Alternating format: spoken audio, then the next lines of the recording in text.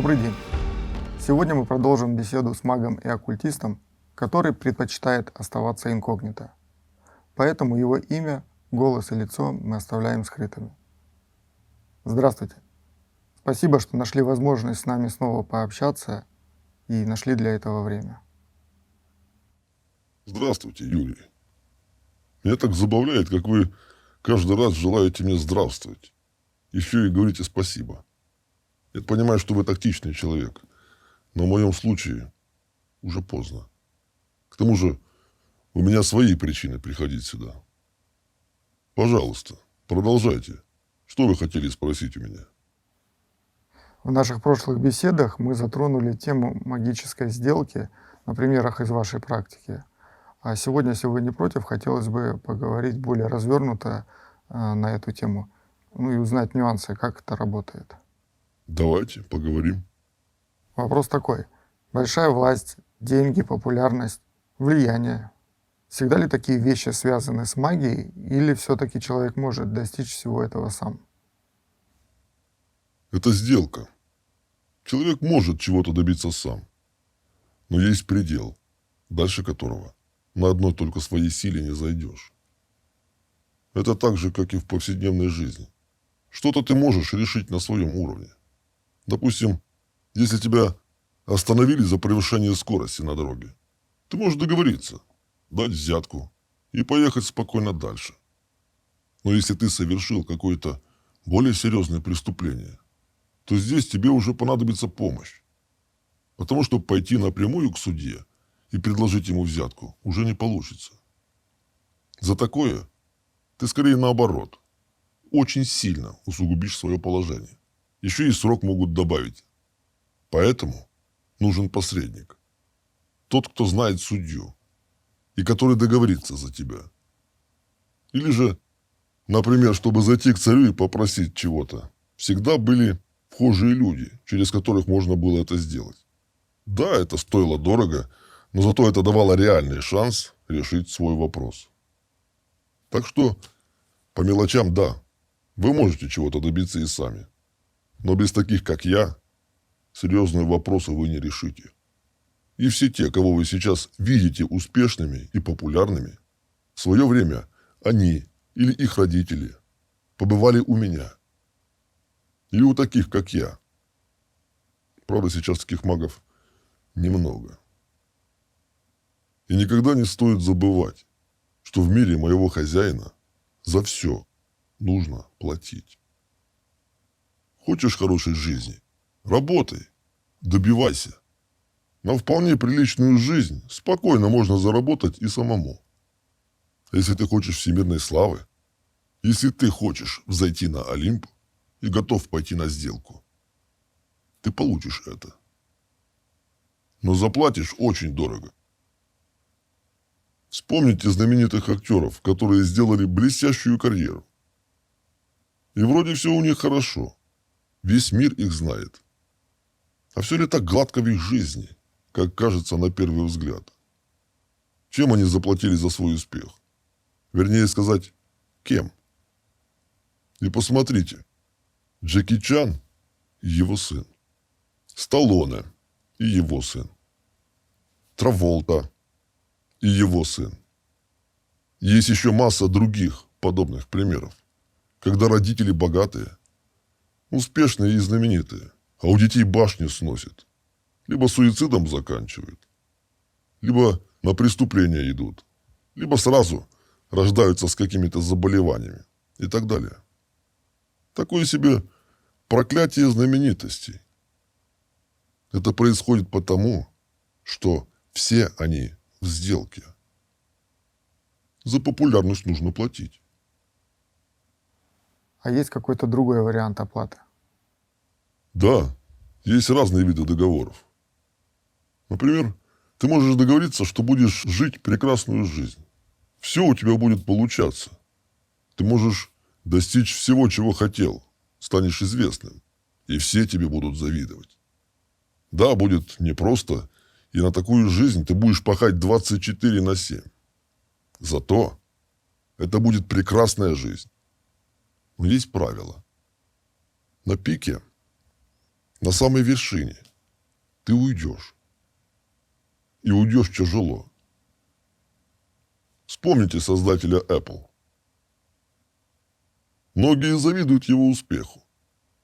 А если посмотреть по факту, что он получил? В зрелом возрасте, на пике успеха, когда можно было рассчитывать на спокойную, безбедную, хорошую жизнь до конца своих дней. И здесь все резко закончилось. Почему? На этот вопрос может ответить только его мать. Я имею в виду биологическую мать. Она ничего не могла дать сыну, никак не могла ему помочь, так как его воспитывали приемные родители. Поэтому она решила обратиться к магии, чтобы хоть как-то повлиять на ситуацию и помочь сыну достичь успеха. И вот результат. Хотите знать секрет успеха Стива Джобса? Спросите у его матери, кому она ходила и что просила. И смотрите, две абсолютно аналогичные ситуации, когда матери позаботились о своих детях. И чем это закончилось? Они обе хотели своим сыновьям одного – всемирной славы, чтобы о них все знали. Что у Задорнова, что у Джобса. И смотрите, как схожи ситуации. Какая закономерность прослеживается в их историях. Их матери хотели своим детям остроту ума и акцентировались именно на их уме. Что одна, что другая. Они пошли на сделку и получили остроумных детей. Оба состоятельные. Оба достигли многого. Оба умерли от одинаковой болезни. Мать Джобса пошла на такой шаг из-за чувства вины перед сыном, что она под давлением своего отца согласилась отдать ребенка на усыновление. Она очень хотела, чтобы ее сын получил хорошее образование и чтобы он смог достичь многого своим умом. Также и мать Задорнова очень хотела, чтобы у него был очень сильно развит ум. И настолько этого хотела, что заключила сделку. В итоге ее сын славу и успех заработал своим умом. Но и свой печальный конец тоже получил от ума. Знаете, в чем был самый страшный момент расплаты?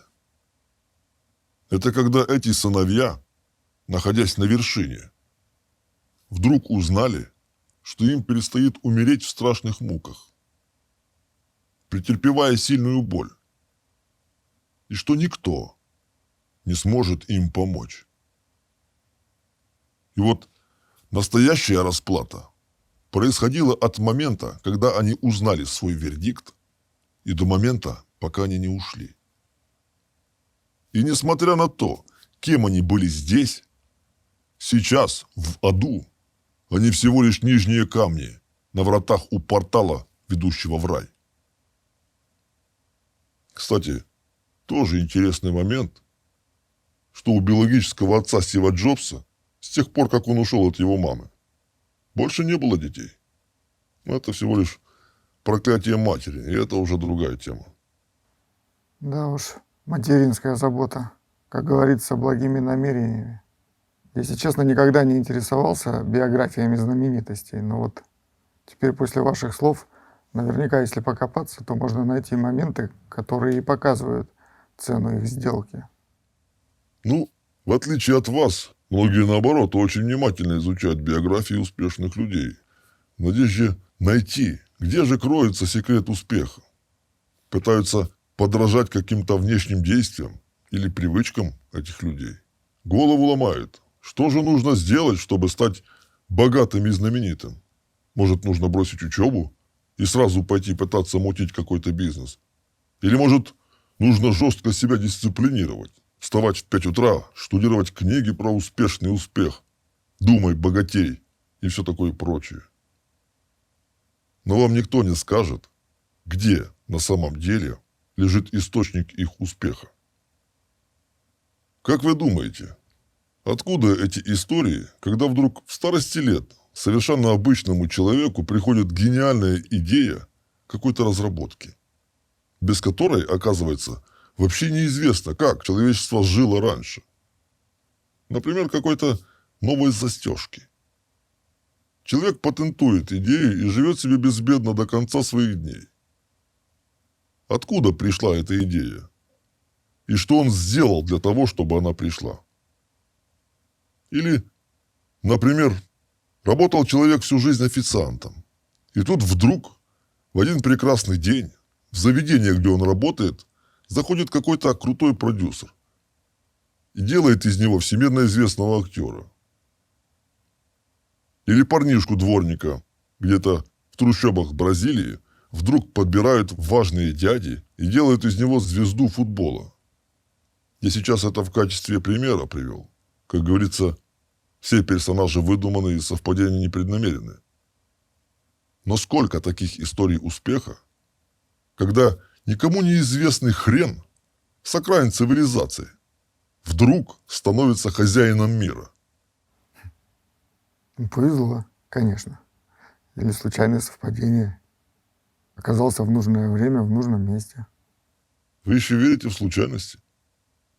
В мире есть масса талантливых людей, но одни становятся всемирно известными, а другие нет.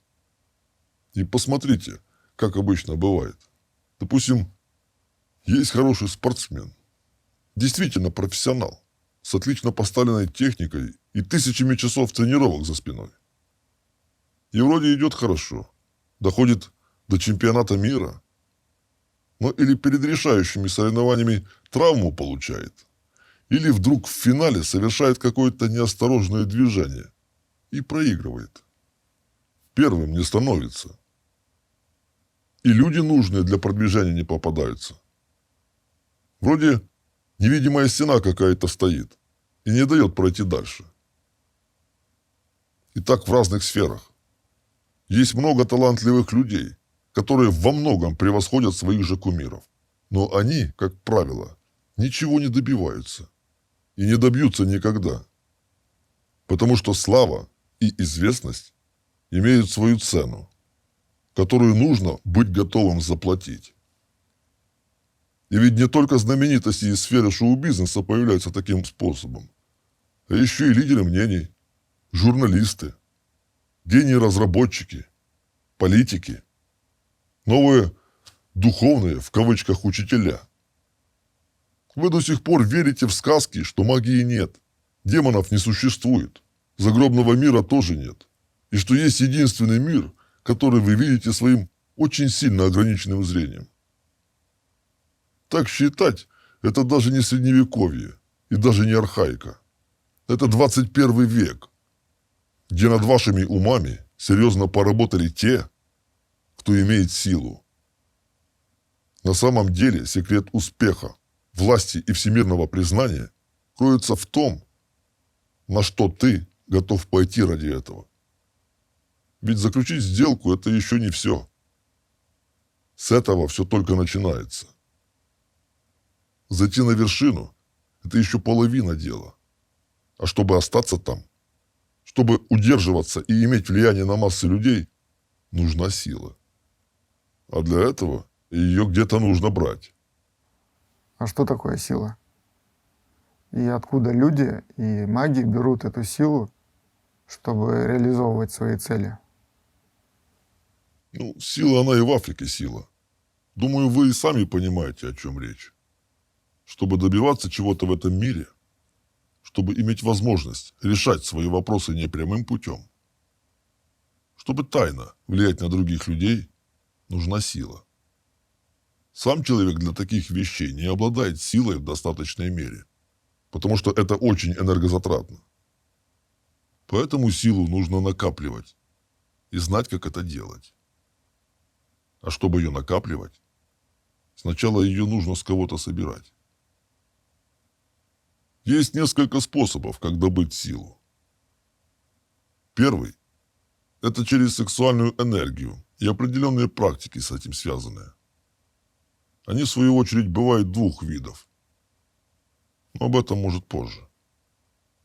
Второй способ – это забирая жизни других людей непрямым путем, а, скажем так, через косвенные влияния. Например, через раскачку на сильные эмоции. Или доводя человека до самоубийства. Таким методом пользуются отдельные упыри в мире демоническом. За то, что они плетут вокруг себя целую сеть, их правильнее будет назвать пауками. Они тоже могут осознанно перерождаться. Им доступно до 12 жизней с сохранением памяти о предыдущих воплощениях. Это уже не совсем люди. В полной мере людьми они были только в первой жизни. После перерождения в новом теле они замещают собой личность новорожденного, захватывают пульт управления и таким образом продолжают существовать. Но это все равно конечно. А третий способ получения силы – это забирая чужие жизни через прямые жертвоприношения. Как правило, для этих целей берут младенцев, детей, в большей степени маленьких девочек. И чтобы вы понимали, это происходит с издевательствами, пытками и мучениями жертв. Помните старую традицию разбивать младенцев о камень? Вот что-то типа того, но еще хуже и намного разнообразней. Это ужасная, мучительная смерть, потому что жертва должна дать максимальный выплеск негативных эмоций. Таким методом пользуется достаточно широкий круг влиятельных людей из тех, кого вы видите сейчас на вершине мира. Думаю, многие слышали истории о девятом круге. Верить или не верить, здесь каждый решает сам, как ему больше нравится. Но от этого ничего не изменится. Дам вам пищу для размышлений. Поинтересуйтесь, сколько детей в мире исчезает каждый день? Или сколько таких случаев, когда разные социальные организации, якобы под благовидным предлогом, детей из детских домов пересылают в разные страны, где они потом исчезают в неизвестном направлении. Или же и вовсе продают детские дома со всеми детьми. Какова судьба этих детей? Кто-то узнавал, где они сейчас? Так что если вы чего-то не замечаете, это еще не значит, что этого нет. Ритуальные жертвоприношения дают огромную власть. Поэтому ими занимались и цари, и короли, и многие другие. Понятно, что это предполагает под собой наличие определенных тайных оккультных знаний. Это не просто убийство. Знаете, вообще, с чего все началось? Весь этот мир. Когда он сошел с ума? Когда появилась власть? С первого человеческого жертвоприношения. Когда, чтобы был урожай и доход, якобы Богу была принесена жертва людская. Когда пролилась первая кровь. И когда рука жреца вознесла в небо еще бьющееся человеческое сердце. С этого момента началось ваше падение. И мирные люди перестали быть мирными. Отсюда и войны, и власть, и то рабство, в котором вы живете. Сила – это власть. Чем больше силы, тем больше власть. Так что охота за ней ведется, не прекращаясь, с того самого первого дня и до настоящего момента. Все вышеперечисленные вами методы получения силы, они требуют отдельного разъяснения. Мы можем начать с первого, с сексуальных практик? Я даже не сомневался, что вас заинтересует эта тема. Но прежде чем начать, отвечу сразу на ваш незаданный вопрос. Вы тактично молчите, Юрий, но громко думаете. А поскольку этот вопрос возникнет у многих, то отвечу на него сразу, чтобы он не оставался подвешенным в воздухе и не мешал свободно воспринимать информацию. Вы, Юрий, сейчас размышляли о том, каким же способом пользуюсь я. Отвечаю. Никаким из вышеперечисленных. Они нужны тем, кто нуждается в пополнении силы. А мне это не нужно. Зачем? Силу вы мне и так приносите сами. Еще и деньги платите за это. Так что в дополнительном доборе у меня нет никакой необходимости. Вернемся к теме обретения силы. По большому счету, люди не знают, что такое секс и какие процессы за ним стоят. И в то же время это одна из тем, которая больше всего волнует людей и которой уделяется очень много внимания. В буквальном смысле слова это то, чем люди живут. Ведь если копнуть глубже и посмотреть, что стоит за многими желаниями и стремлениями в вашей жизни, то окажется, что в конечном счете все сводится к желанию секса и власти над другими людьми. Что толкает людей изо всех сил стремиться разбогатеть, достигать чего-то, чтобы потом еще больше заработать и еще успешнее стать? Мужчины, которые добиваются власти, для чего они ее добиваются? Чтобы стать альфой. Это простые, элементарные вещи. Очень часто в жизни людьми движет банальное желание стать более привлекательным в сексуальном плане для противоположного пола, чтобы в итоге получать больше секса. А зачем? В удовольствии ли только дело? И посмотрите, за каждым успешным мужчиной стоит женщина, которая подсознательно или осознанно понимает, куда и как направить силу. А за каждым мужчиной-тираном всегда стоит другой мужчина. С древности, так или иначе, сексуальные практики были плотно вмонтированы в религиозные культы разных народов по всей земле. В разные времена они принимали разную форму. Были, скажем так, свои тренды. От крайней степени воздержания до полной разнузданности, оргий и извращений. Что-то действительно было отголосками рабочих практик, что-то нет.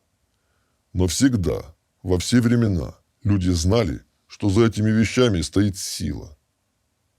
И стремились получить ее, как могли. Люди сильно недооценивают сексуальную энергию.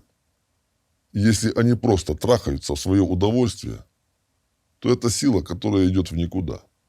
Потому что если человек не умеет и не знает определенных моментов, то все будет без толку. Тем самым только сам себе нагадишь. Кто-то сейчас может сказать, что я вот читал или читала книги о каких-нибудь восточных практиках, ходил на тренинги, слушал всевозможных гуру. И я знаю, что такое сексуальная энергия и что с ней делать. Не знаете. Во-первых, в открытом доступе этой информации нет. А во-вторых, вы не знаете, что это за гуру и с какой целью они проводят подобные тренинги. В лучшем случае вы просто будете сливать силу в никуда. А в худшем, на подобных мероприятиях могут присутствовать те, кто как раз знает, как эту силу собирать с людей, которые ею разбрасываются. И вы просто подарите кому-то часть своей силы. Или даже попадете к нему в паутину. И тогда на постоянку, при каждом сексуальном всплеске, будете кормить и усиливать какого-то чертяку. И смотрите, как интересно получается.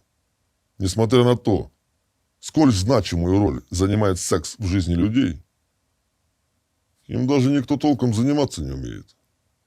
Инструмент с потенциалом ядерной бомбы сейчас в вашем обществе низведен до уровня удовлетворения примитивных инстинктов. И тем не менее, секс сейчас фактически возведен в культ. Вокруг этого крутятся и фильмы, и клипы, и музыка, и реклама. Понятно, что это делается для привлечения внимания, для удержания аудитории.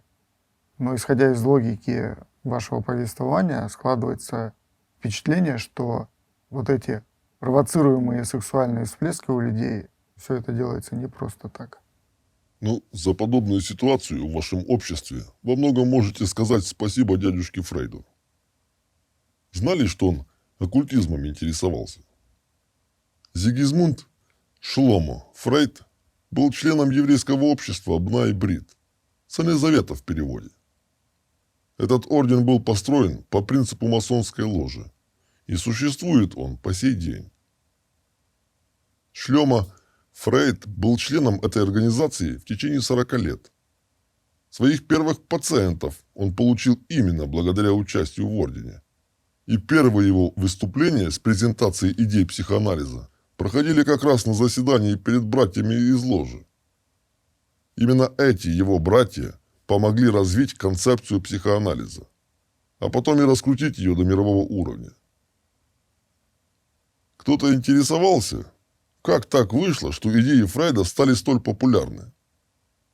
Думаете, это люди сами подхватили? Нет. Вспомните, в какое время жил Фрейд и какие события тогда происходили. По большому счету, после войны никто и не вспомнил бы ни про этого психиатра-наркомана, ни про его теорию, если бы к популяризации психоанализа не приложили руку члены общества Бнай Брит. Да и были ли это идеи самого Фрейда? Шломо был выходцем из среды хасидов.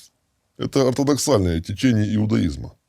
С ранних лет он поддерживал отношения с двумя мистиками и каббалистами.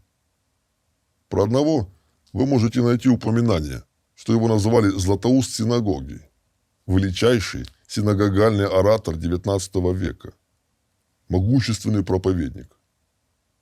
А второй каббалист был его другом, по совместительству тоже врачом, у которого Фрейд позаимствовал некоторые идеи, например, о естественной бисексуальности человека. Так что основные идеи психоанализа появились не без участия его умных друзей. Изначально психоанализ относился к еврейской науке, так как большинство ведущих деятелей в этой области были евреями. Разве что за исключением Юнга. Поэтому некоторые были возмущены тем, когда Юнга продвигали в президенты психоаналитического движения. Потому что как же так? Не еврей вдруг станет одним из лидеров психоанализа. Но самое интересное это то, чем же на самом деле является учение Фрейда. Ведь по сути своей это же не столько научная концепция, сколько религиозная. Психоанализ Фрейда в своих фундаментальных принципах стоит на Торе и Кабале. Почитайте, что об этом пишут. Как фрейдизм называют перевоплощением иудейской мистики. Что это последняя по времени разновидность комментариев к Талмуду. Его основателя, гордость общества Бнай Брит, Зигмунда Фрейда, называли светским раввином. А в некоторых еврейских исследованиях его творения рассматривали как течение хасидизма.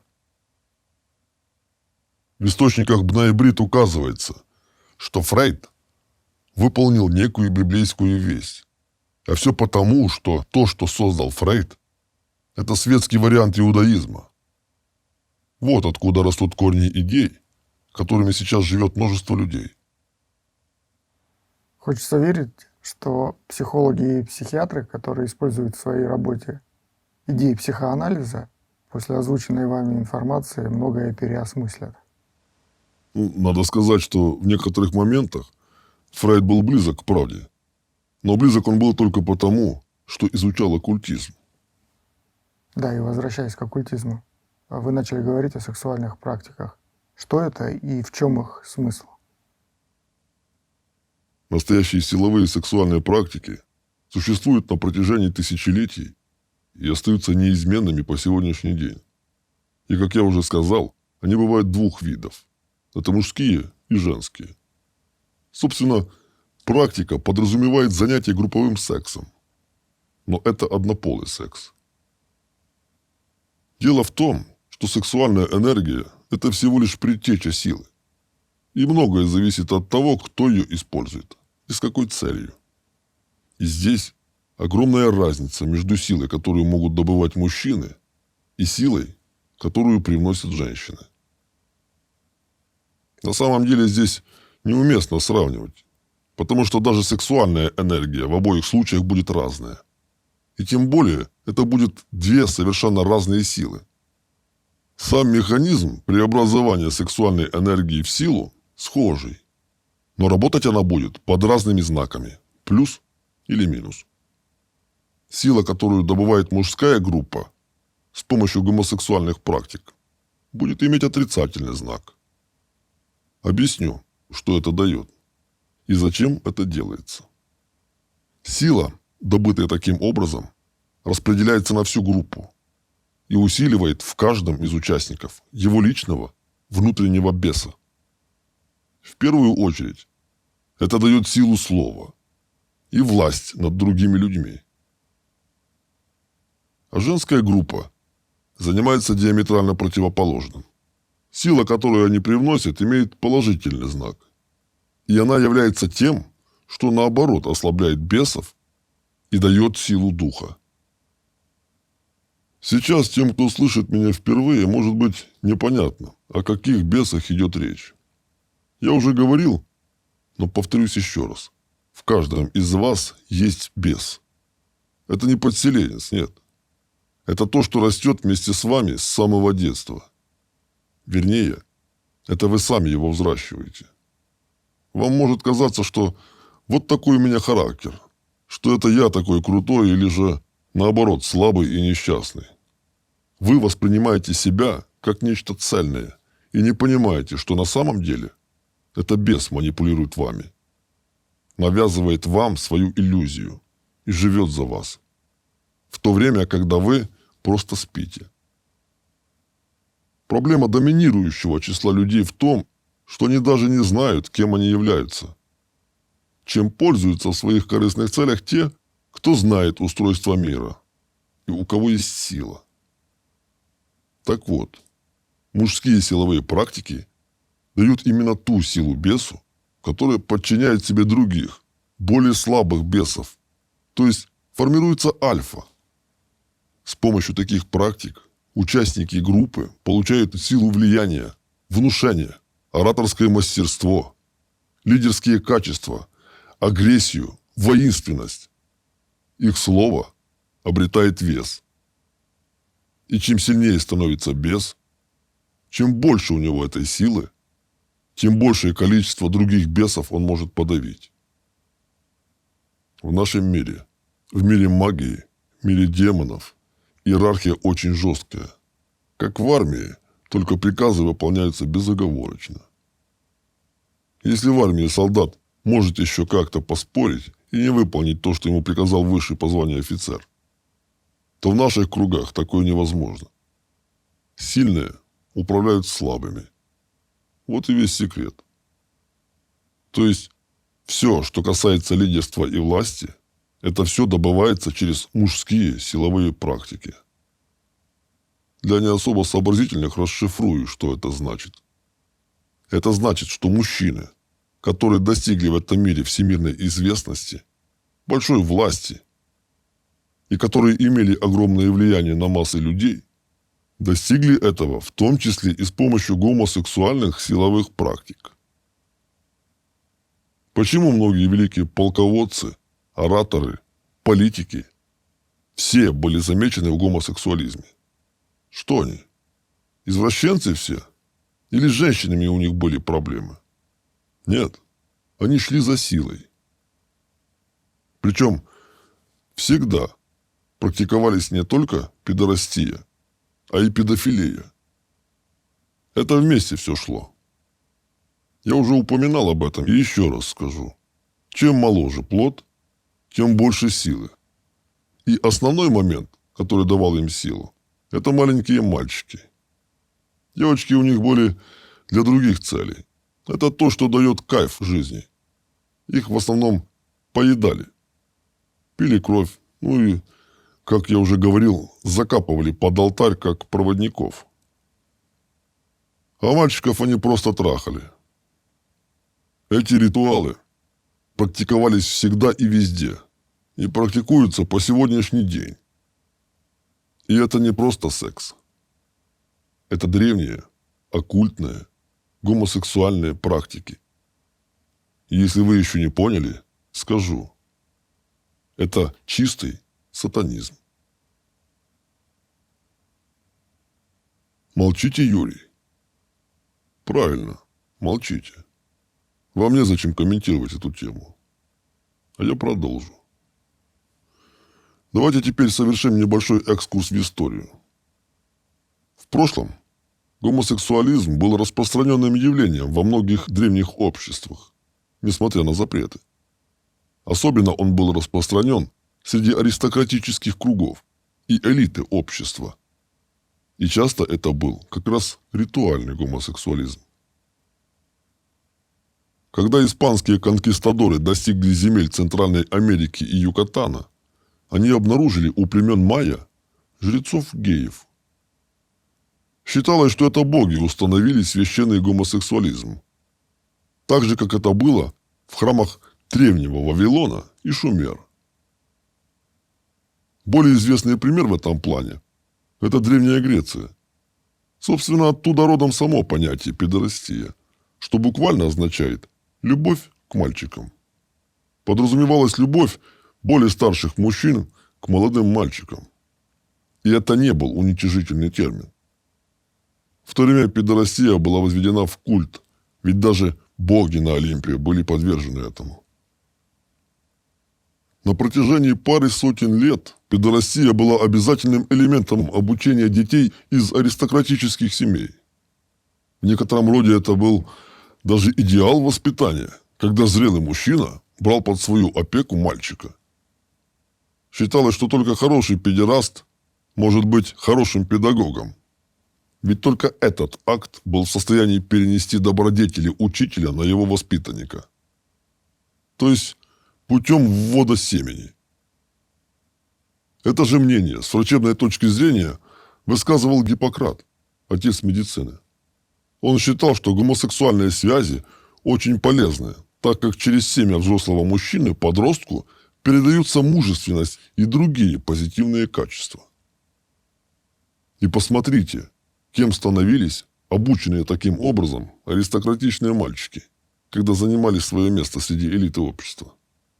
Ораторами, военачальниками, философами, политиками, судьями и так далее. Кстати, архонт Солон, у которого Платон вдохновился некоторыми идеями, о которых писал потом в своих трудах, тоже был ритуальным педерастом. Гомосексуальные акты также использовались как часть возрастного посвящения мальчика. При этом инициированный ребенок становился существом, подчиненным либо жрецам, либо тому, кто проводил ритуал. Аналогично ситуация обстояла и с подготовкой воинов, где с ранних лет мальчиков подвергали педерастии. И эта практика не только в Древней Греции была распространена, а и у других народов, которые промышляли военными походами или охотой, где требовалось, чтобы мужчины в племени были сильными и смелыми. Мальчика сразу готовил старший, опытный воин. Либо же этим занимались мужчины из его семьи. Причем это делали и отец, и братья. Были варианты, когда детей насильственно подвергали инициации, лишали сна, еды, избивали и насиловали в течение нескольких недель, пока он не сломается и не примет свое новое положение. Обычно это все происходило в возрасте 12-15 лет. Считалось, что без такой заботы мальчик просто не возмужает и не станет хорошим воином или охотником. В истории Древней Греции есть случаи, когда целые отряды формировались из гомосексуальных мужчин. Например, священный батальон из Фив, который состоял из 150 гомосексуальных пар. Официальная версия, которая описана в трудах древнегреческих философов, гласит, что подобные отряды формировались из соображений, что воины, связанные между собой особой любовью, будут лучше сражаться и будут стыдиться отступать. Конечно же, это бред. На самом деле, это были практики, которые давали им силу, а значит и успех на поле боя. Или кто не слышал о боевых пидорасах Александра Македонского? Да и сам Македонский в обязательном порядке был одним из них. И он действительно обладал большой силой. Иначе он не смог бы построить такую империю и захватить полмира, не проиграв ни одной битвы за 11 лет. Вот вам наглядный результат настоящей ритуальной педерастии. По всему миру есть примеры воинского гомосексуализма. Обращаю ваше внимание. Так готовились лучшие воины. Элита войска. Это как раз демонстрирует прямую связь между воинственностью, воинским духом и ритуальным гомосексуализмом. Юлий Цезарь стал императором таким же образом. Очень метко по этому поводу сказал Цицерон, что Цезарь сделал из своей задницы трамплин для государственной карьеры. С юных лет он был любовником царя Никомеда. И потом, когда уже пришел к власти, он тратил огромные деньги из государственной казны на покупку молоденьких мальчиков. Многие другие римские императоры засветились в истории не только своей ориентацией, а еще и крайней степени извращениями. Часто сексуальные оргии сопровождались садомазохизмом. Императоры практиковали чудовищную жестокость и страшные пытки. Это были последствия тайного ритуального культа, который они справляли. Например, у Калигулы вставал только когда он видел кровь и мучения людей. Тиберий устраивал оргии из юных мальчиков, выстраивал их в цепочку и присоединялся сам. К похоти такого рода он был склонен до самой старости. Гелиогабал, который пришел к власти в возрасте 14 лет и был воспитан как жрец бога Баала, вошел в Рим, одет и накрашен, как женщина. Он собрал вокруг себя римских гомосексуалистов и предавался с ними содомии. И, кстати, он, наверное, был одним из первых, кто просил докторов попытаться превратить его в женщину. Нерон, время правления которого называют Холокостом христиан, одевался в звериную шкуру и набрасывался на мужчин и женщин, привязанных к столбам, насилуя их. И, кстати, часто вы можете встретить такую особенность среди властимущих, что они не только над другими издевались в сексуальном плане, а часто еще и себя подвергали всяческим унижениям и, мягко говоря, проявляли девиантное поведение. Нерон яркий тому пример. Про него писали, что собственное тело он столько раз отдавал на разврат, что едва ли хоть одна его часть осталась неоскверненной. Сохранилось описание событий, как Нерон публично сыграл свадьбу с каким-то парнишей. При этом Нерон был в роли его жены. И это все празднество происходило на глазах у народа. Представьте, как весело им было. Это я к чему? Что часто такие люди не могут себя контролировать. Интеллект, какие-то нормы морали, сдерживающие факторы, остатки здравого смысла отключаются. И просто им начинает сносить башню. И с каждым разом приходится прибегать все к новым методам извращений, лишь бы ощутить сексуальное возбуждение, получить этот всплеск. А почему так происходило? Ну, в смысле, почему они теряли контроль? И, я так понимаю, это не со всеми случается? Это сила. Она не терпит к себе халатного отношения. При неумелом обращении, конечно, будет крышу сносить. Знаете, как говорится, сила есть, ума не надо. Такое происходит, когда силы много, а реализации нет. И навыка управления силой тоже нет. Вот тогда и начинают творить всякую мерзость. И таких, как Нерон, это превращало в идиотов.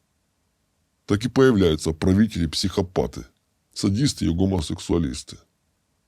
И смотрите, сколько веков прошло, а мы с вами сейчас сидим и говорим о них. Благодаря силе они обессмертили себя в веках. Их не просто не забыли. Еще до сегодняшнего дня их восхваляют и почитают как великих лидеров, легендарных завоевателей, идеалы мужественности и героизма, на которые равняются. Я вам напомню, что многие из тех, кого я перечислил, это тираны, которые устраивали войны, захватывали чужие территории. Они убивали огромное количество людей и строили свои империи на костях. Они устраивали и поддерживали рабовладельческий строй. Они писали законы. А извините, по римскому праву вы живете по сей день. Они же создавали новые режимы правления, как, например, республика или демоскратус. Их наследие, их власть и влияние на массу людей держится по сей день. И в первую очередь их власть сохраняется в ваших умах. Мало кто из вас читал труды тех философов. Вы не слышали ораторских выступлений политиков того времени и не слышали речей военачальников, вдохновляющих на битву. Но по сей день ваше мировоззрение, ваше мировосприятие и отношение к тем или иным событиям определено идеями, которые были сформулированы как клетка для ваших умов. Еще Бог знает когда. Вот что дает сила. Поэтому за ней так гонятся. Поэтому совершают такие практики. Поэтому любой ваш самый мужественный, сильный, всеми обожаемый кумир может оказаться матерым педерастом, если чуть глубже копнуть в его биографию. А вы им еще и памятники ставите. Памятники великим пидорасам. Смешно, правда? Да как-то не очень. Это правда, как она есть. Если пойдем дальше, то найдем такое же явление у Наполеона, у некоторых арабских халифов и китайских императоров, среди поздних самураев и скифов. Силовая группа была у Павла и была у Умара. Также Петр I со своими дружками из одного малоизвестного тайного общества тоже активно занимались этими делами. Некоторые папы римские тоже использовали силовые практики, но не все. И в истории вы их можете сами увидеть, потому как их любили и любят до сих пор. Но любят их не за то, что они были хорошими и много сделали для людей. Ничего они не сделали. И вы это сами прекрасно знаете. Но они покорили сердца. И не сердца они покорили. Они покорили людских бесят. И настолько сильным был их бес, что они создавали собственный эгрегор власти, который держит многих и до сегодняшнего дня. Из тех, кто был поближе к нашему времени, был Троцкий и его команда. И как раз именно поэтому, когда они дорвались до кормушки, то, что изначально таковым не являлось, стало манипулятивным и жестоким. Весь террор – это дело рук Троцкого. Но без него и не было бы и революции. Чтобы вы понимали, что из себя представляет Троцкий, он был как Павел в христианстве или как Умар в исламе. Вот он их уровня и занимался приблизительно тем же, просто не смог полностью реализоваться. По факту он хотел узурпировать власть под себя, выбрал пешки для революции, использовал их глупость. По изначальному плану, в итоге, возглавить все должен был Троцкий. Только ему не повезло. Нарисовался Сталин. И все. Ниша власти закрылась сразу же. Еще одним знаменитым ритуальным педерастом в вашей истории был Гитлер и его ближайшее окружение. Поинтересуйтесь, что они делали в зале силы в замке Вевельсбург. Но это длинная тема. Сейчас не будем об этом. Этот список пидорасов можно продолжать бесконечно. И смотрите, как их все слушали и как подчинялись. И по сей день в политических кругах среди элиты, которая управляет миром, везде, кого ни возьми, куда ни копни, очень развиты и пидорастия, и педофилия. И до сегодняшнего дня мужские оккультные сексуальные практики являются источником их силы. Тоже относится и к представителям религиозных организаций. Если пройтись по храмам, сколько такого можно найти? Это еще так. Даже не поверхность айсберга. Это мелкая чайка на айсберге размером с материк. И не считайте их извращенцами. Нет. Люди творят это в погоне за силой. Слушайте, ну, приведенный список уже потрясает. И если это еще не все, то я даже не знаю, что и думать. Спрошу на всякий случай, если вдруг наши зрители после просмотра этого видео решат захватить мир и начнут устраивать оргии у себя в квартирах. Все ли однополые связи ведут к накоплению силы? Нет, конечно. Не зная, как накапливать эту силу и как ее использовать, это будет всего лишь извращение. Почему я и рассказываю об этих практиках свободно? Поэтому, если кому-то пришла гениальная идея в домашних условиях захватить власть во всем мире, ничего у вас не получится. Сюда же относится и педофилия. Если у человека нет знаний, как использовать силу, чтобы он мог влиять на других людей, и чтобы его слово имело вес, это не даст человеку ничего, кроме статьи Уголовного кодекса и тюремного срока в определенных странах. Вообще надо понимать один ключевой момент. Это не значит, что сейчас я вам рассказал, и мужики побежали друг с другом силу накапливать. Силой нужно уметь управлять, и это непросто. Гитлера год учили, пока он Гитлером стал. А у него был лучший учитель. То есть он целый год учился, как этой силой манипулировать и управлять. Так это даже не на ровном месте его начали обучать. До этого он уже отлично знал теорию. А вообще Гитлер учился до последнего дня. Год ему понадобился на то, чтобы обуздать эту силу. Когда-то характер этой силы сравнивали с норовистой дикой лошадью, как мустанг, например. Потому что, чтобы обуздать и сделать ее покорной, требовалось время и навык. Также ее сравнивали с драконом. И символ мужской силы – это дракон. Он дает силу и мудрость. Мудрость заключалась в управлении этой силой.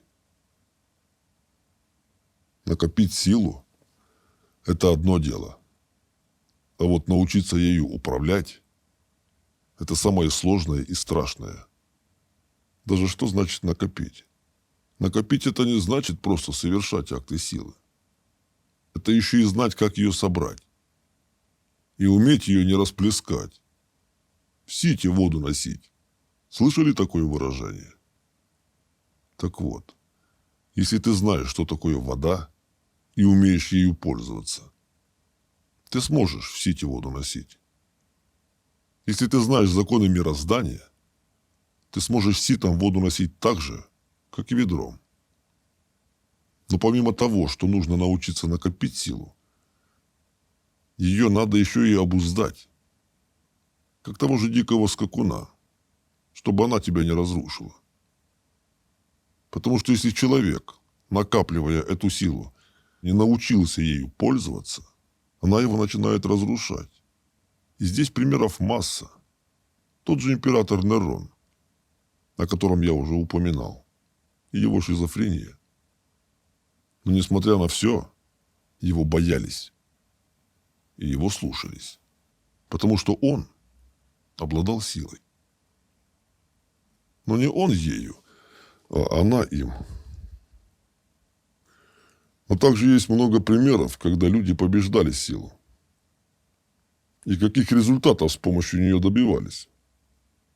Например, тот же Наполеон, Македонский, Гитлер, Троцкий. Да, по-любому они все равно не были свободны в своих действиях, потому что они подписали договор с дьяволом. Но когда человек умеет распоряжаться силой, это дает огромные возможности. Самое главное – это сила слова. И смотрите, если бы не Троцкий, не было бы революции, и Советский Союз не сформировался бы. У Ленина не было такой силы убеждения, какая была у Троцкого. Революцию, может быть, они бы и сделали, потому что тогда власть на дороге валялась. Но они бы ее не удержали. Именно Троцкий заводил народ. Именно его слушали. А все остальное – следствие пропаганды и искажения истории. И в действительности Троцкий – это тот, кто все создал, за что его потом и гоняли конкуренты. И в конечном итоге убили. За то, что у него была сила. Люди далеки от истины. И до сегодняшнего дня практически все находятся в огромном заблуждении относительно сексуальной силы. Хотя это сила, с помощью которой человек может создать любую реальность, какую пожелает. И каждый день все используют магию в своих головах. Но это все равно, что из пушки стрелять по воробьям. Куда туда попадешь? А те, кто знают, как накапливать и использовать силу, те используют ее с толком. И те, кто действительно был посвящен в эти знания, они добивались больших результатов. И разница здесь огромная. Кто какой силой пользуется.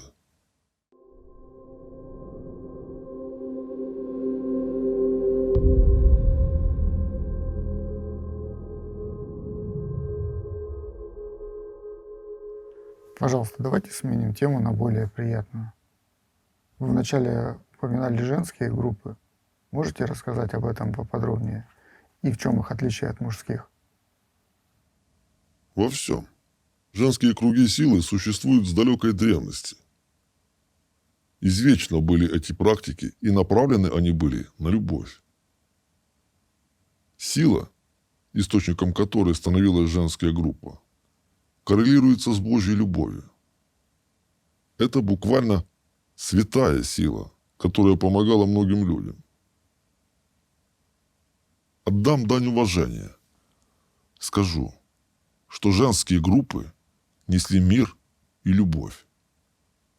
И в действительности они стояли на охране этого мира. Они могли даровать человеку покой после смерти. И они награждались жизнью.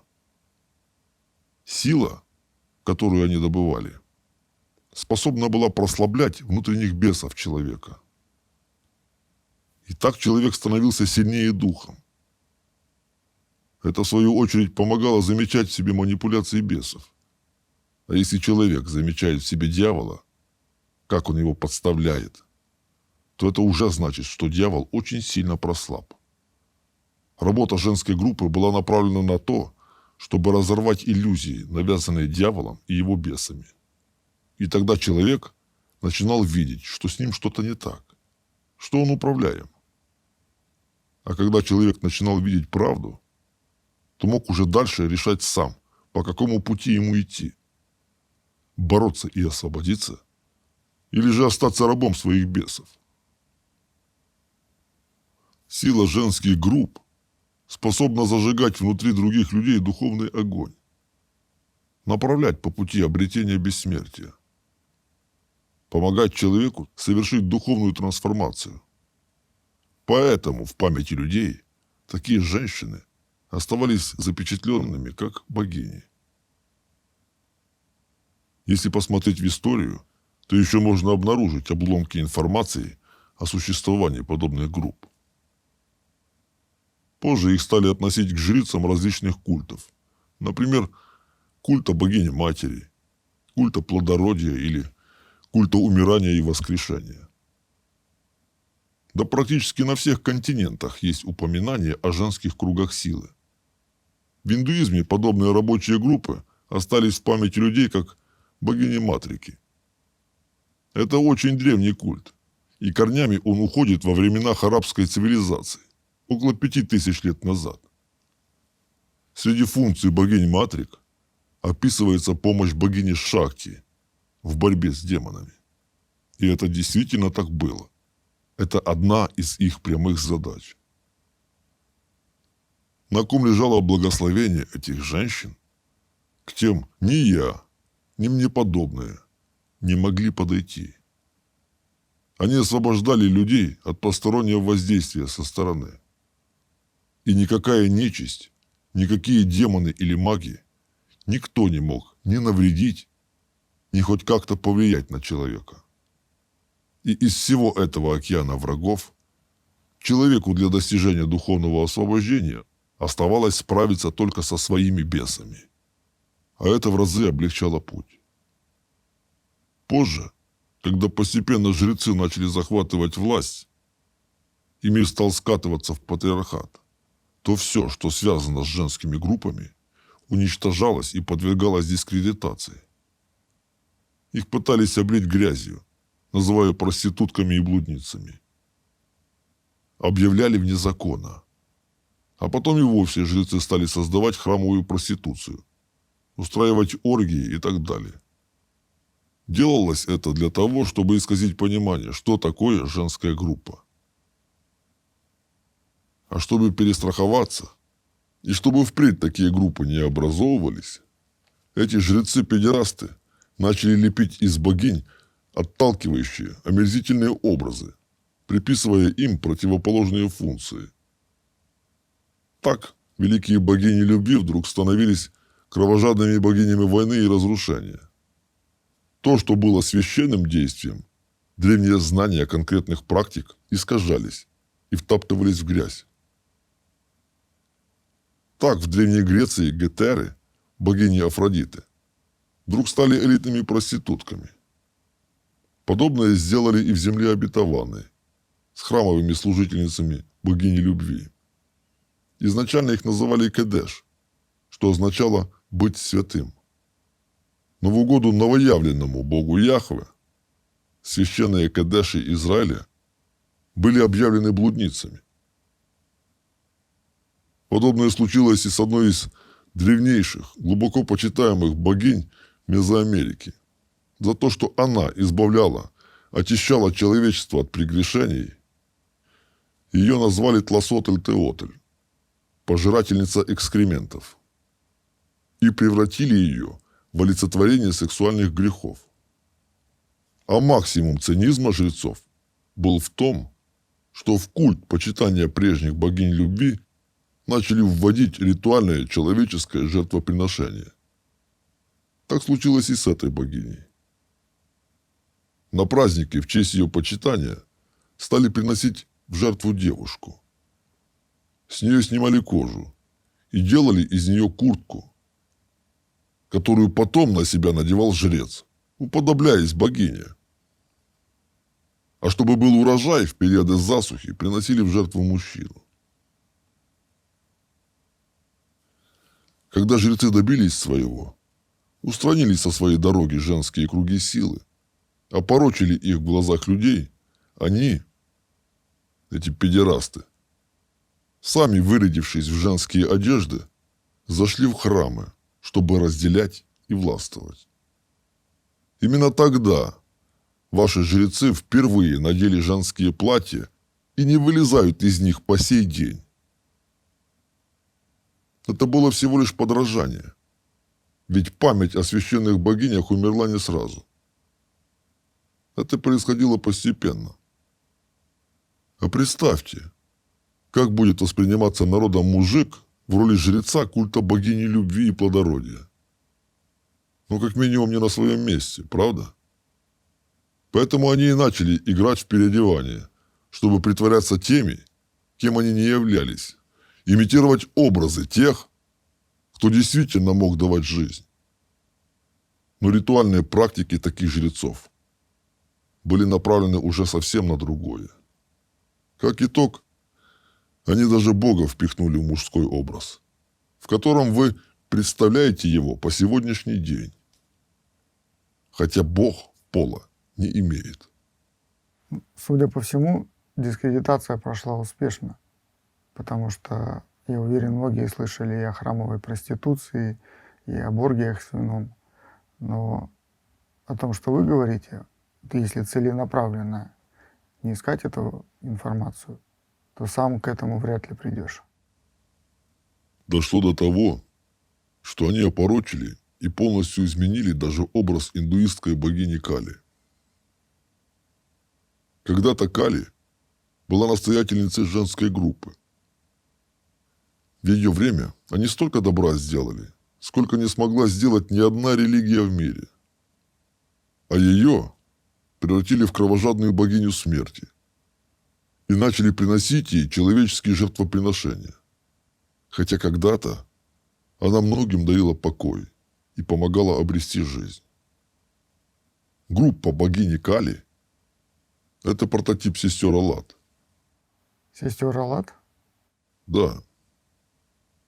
Это те самые сестры Аллат, обитель которых находилась там, где сейчас стоит Кааба. Почему это место стало священным? И почему оно было так почитаемо на всем Аравийском полуострове задолго до появления ислама? Да потому что там когда-то находились и совершали свои практики сестры Аллат. Позже, в память о сестрах Аллат, это место обозначили камнем. Но это не просто камень. Кааба символизирует собой живого человека. Человека, обретшего вечную жизнь. Я уже когда-то говорил и еще раз повторю. Это здесь, в трехмерности, люди привыкли воспринимать себя так, как выглядят их тела. А с позиции высших измерений человек выглядит и видит этот мир совершенно по-другому. Но это не тема сегодняшнего разговора. Построенный куб Кааба – это был символ духовной трансформации, преобразования человека и символ свободы духовной. Вот из-за чего ему поклоняются и до сегодняшнего дня, давным-давно забыв про суть. Почему обход Каабы всегда совершали по часовой стрелке? Потому что тогда это была жизнь, торжество жизни над смертью. И последний, кто правильно обходил Каабу, был пророк Мухаммад. А сейчас все идут против часовой стрелки, как в насмешку. И теперь обход Каабы, Куба, против часовой стрелки. Это торжество смерти над жизнью. То, что сделали с богиней Кали, это далеко не единичный случай. То, что даровало жизнь, перевернули в то, что ведет к смерти. А все из-за чего? Просто борьба за власть. Когда живые есть в миру, власть мертвых уменьшается. Сейчас в ваших словах прозвучал ответ на вопрос многих людей. Кстати, мало кто знает, но женская группа была и у Иисуса Христа. И первыми приближенными к Нему были именно женщины. Иначе и быть не могло по определению. Почитайте апокрифические Евангелия, которые не вошли в Новый Завет, и вы обнаружите для себя много нового. Например, кого Христос называл апостолом апостолов? Намекну. Это был точно не Петр. Разумеется. Последними в отношении женских групп были тамплиеры. Но они, конечно, обгадились со своей группой. Для тех, кто не знает, в средние века был такой рыцарский орден, рыцари храма. Или еще они назывались бедные рыцари Христа. Вы могли слышать о них в контексте крестовых походов на Иерусалим. Сейчас о них ходит много противоречивой информации, и все никак не могут определиться, как они были хорошими или плохими. Но на самом деле и то, и другое будет правильным ответом. Дело в том, что в начале своего существования у тамплиеров была женская группа. Это был их внутренний круг. Сердце ордена. Они тоже занимались сексуальными практиками для обретения силы. И направлено это было на любовь. То, что они генерировали, это была чистая сила. И это огромная сила, которая распределялась на всех участников ордена. Из-за чего каждый из них первое время ходил под настоящим благословением. Также это давало тамплиерам такие качества, как честность, героизм, справедливость, силу духа. И действительно, даже один рыцарь-тамплиер был намного сильнее многих других хороших воинов. Поддержка женской группы помогала тамплиерам и на духовном пути. Они не боялись смерти, так как были верны Богу.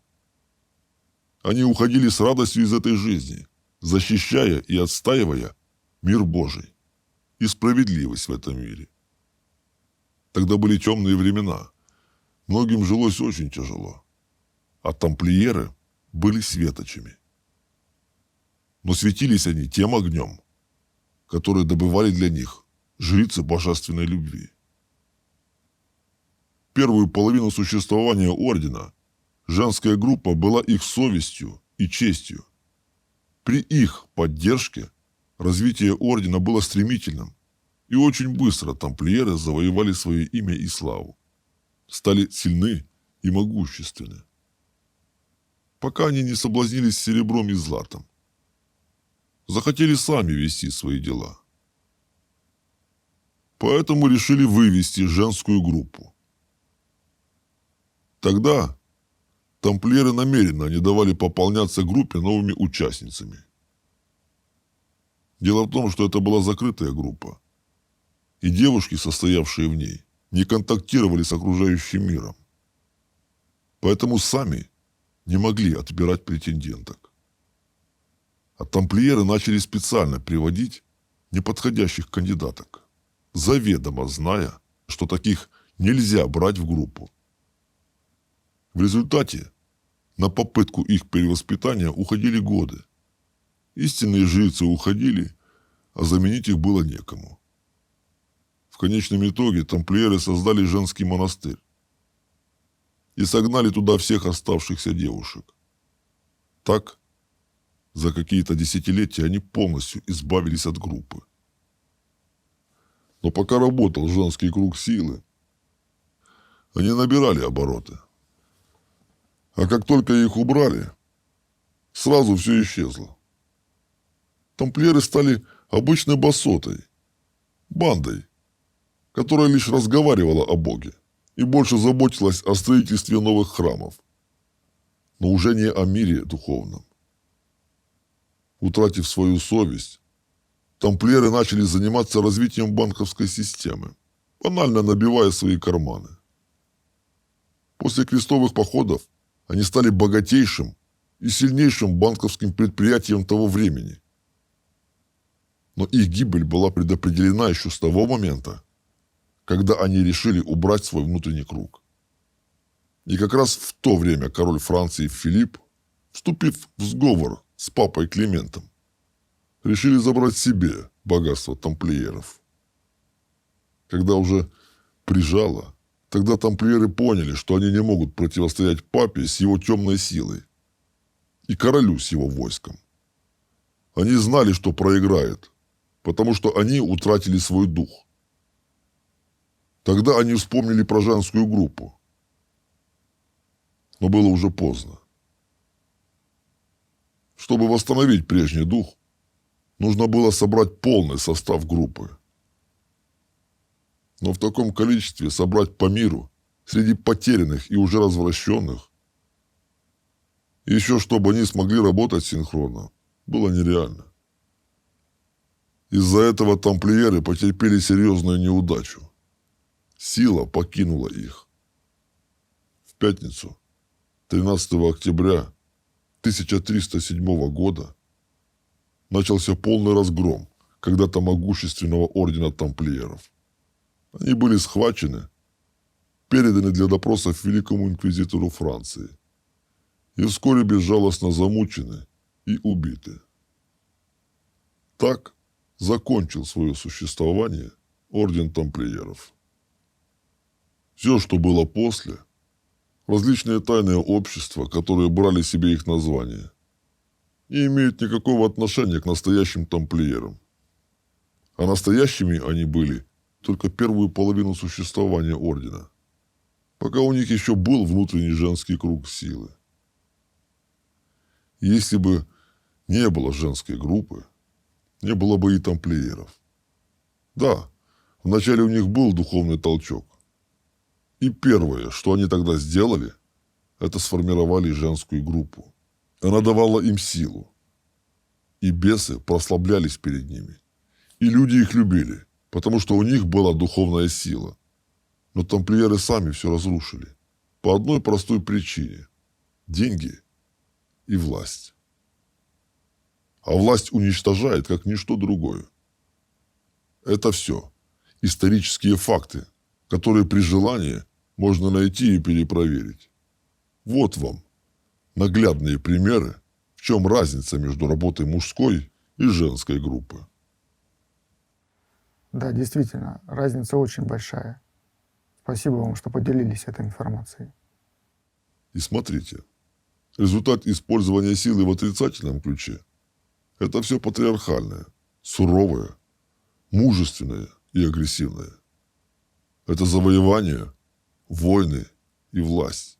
А та сила, которую добывали женские группы – это мир, забота, любовь и созидание. И многим это давало духовный всплеск. Но здесь есть один парадокс. Сейчас многие, услышав мой рассказ, абсолютно спокойно восприняли информацию о мужских силовых группах. Вроде это что-то привычное и даже естественное. Но когда я говорил про женские группы, у многих это вызвало волну возмущения. И, кстати, в первую очередь у других женщин. А почему? Что вам так отвратительно? Божественная любовь? Бесы в ваших головах с легкостью воспринимают мужские практики, но возмущаются против того, что дает людям настоящую свободу.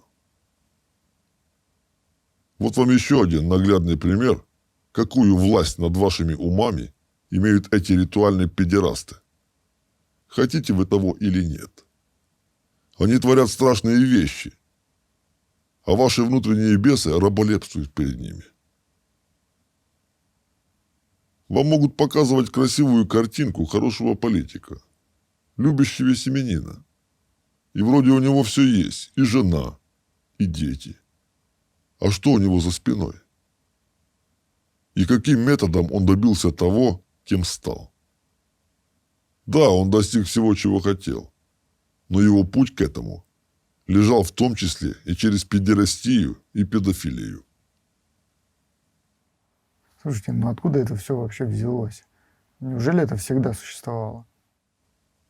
Знания о древних мужских силовых практиках сохранились еще со времен Яхве. И я сейчас имею в виду не то время, когда его у вас сделали главным богом, а то время, когда жил этот человек. Когда он был младшим сыном Эля, из которого вы тоже потом сделали бога. Они знали, что такое сила.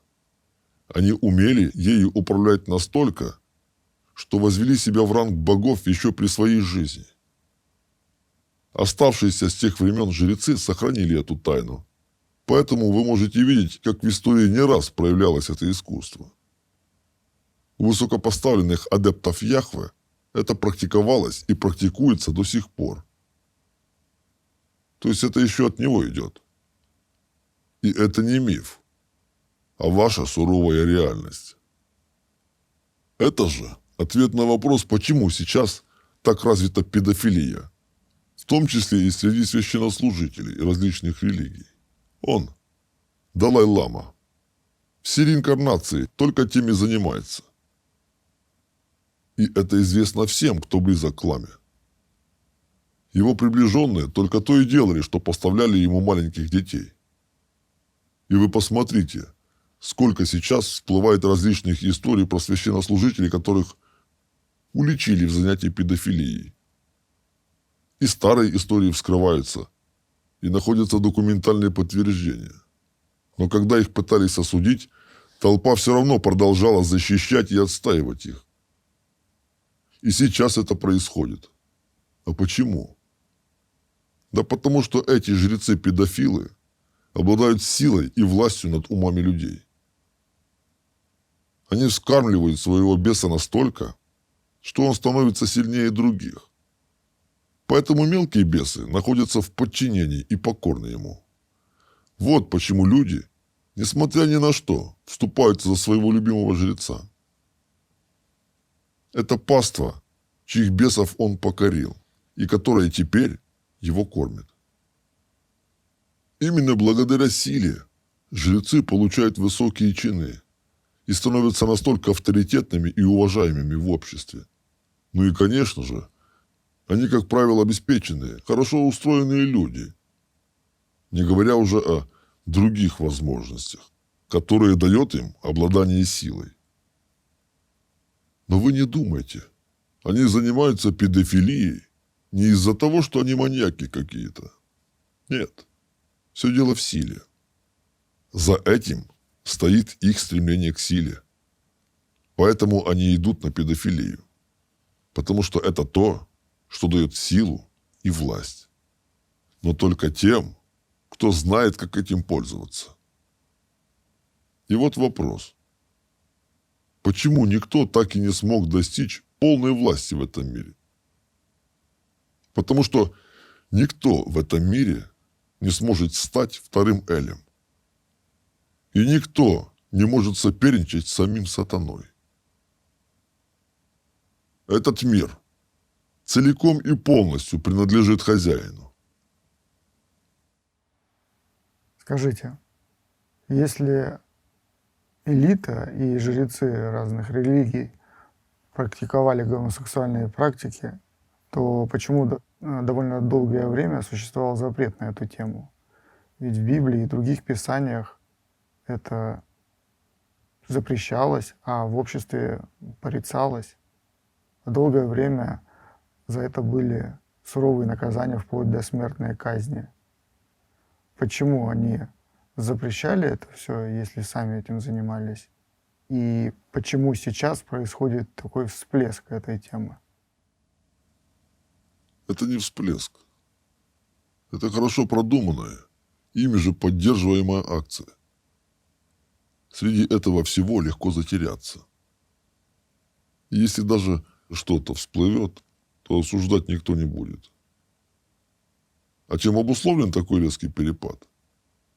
Помимо того, что я вам уже когда-то рассказывал, одной из причин была информационная безопасность. Как бы там ни было, но те, кто использовали силовые практики для обретения власти, тщательно это скрывали. Иначе они быстро потеряли бы свою власть. Ну или пришлось бы делиться властью со многими. Раньше технологии не позволяли всем и каждому делиться информацией со всем миром. Поэтому долгое время достаточно легко было все скрывать и блокировать. Максимум один журналист мог что-то узнать и сообщить. Но с этим тоже легко было разобраться. Все СМИ контролировались. Информация никуда не всплывала. Даже если кто-то и мог случайно засветиться в порочной связи, но это же отдельный человек. Систематичности никто в этом не увидит. Тем более не увидят в этом древних оккультных практик. А вот с развитием интернета резко начали популяризировать нетрадиционные ориентации, чтобы предотвратить утечку информации из своих кругов. И чем больше развиваются технологии, тем больше нормой это становится. И смотрите, уже и первые лица открыто заявляют о своих нетрадиционных взглядах.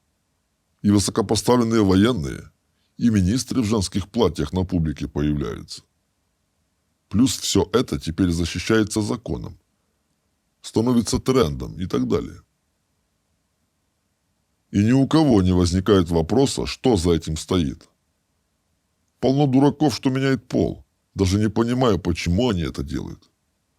Это банальная манипуляция общественным мнением. Таким вот нехитрым образом они и интернет сохранили с его возможностями, соцсетями и всем остальным. И себя обезопасили. Легко и просто. Это же классика. Чтобы что-то хорошо спрятать, положи это на видное место. Если есть что-то нехорошее, что может вызвать негодование народа и лишить элиту власти, значит, наоборот, это возводится в культ. И таким образом только еще больше усиливает их власть.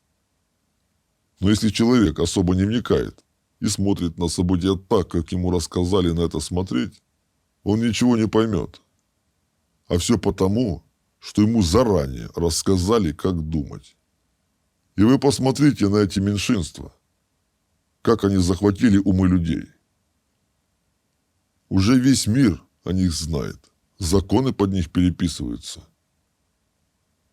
И попробуй сейчас кого-то обвинить или хоть слово сказать против.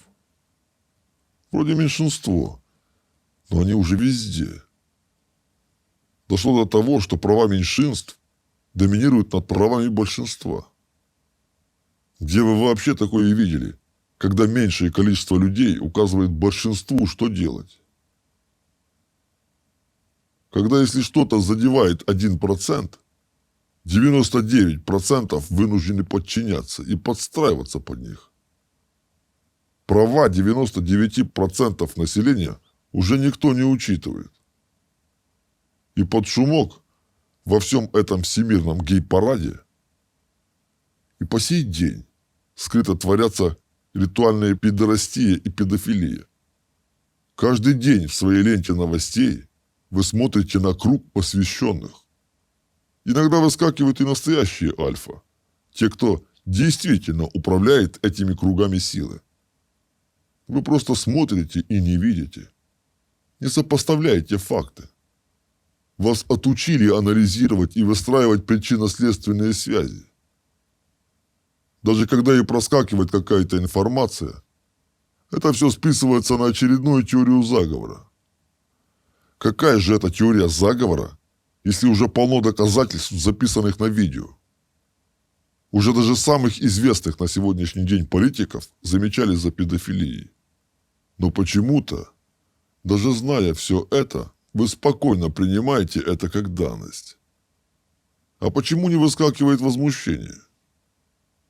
Почему вы легко возмущаетесь и критикуете женские группы, которые приносят любовь и добро, а мужские, где царит педерастия и педофилия, просто пропускаются мимо, как теории заговора? Почему вас не возмущает извращение священников, которые они творят с маленькими мальчиками, и вы опять идете и целуете руки этим педофилам? Вот настолько их бесы доминируют над вами. Ваш бес запрещает даже думать об этом, тем более верить. Поэтому они и продолжают править этим миром и влиять на сознание миллиардов людей. Вот вам ответ, что значит сила. Сила заставляет все в этом мире образовываться так, как того хочет дирижер. Только вместо палочки у него в руках сила. И все будет так, как он захочет, если у него достаточно на это силы.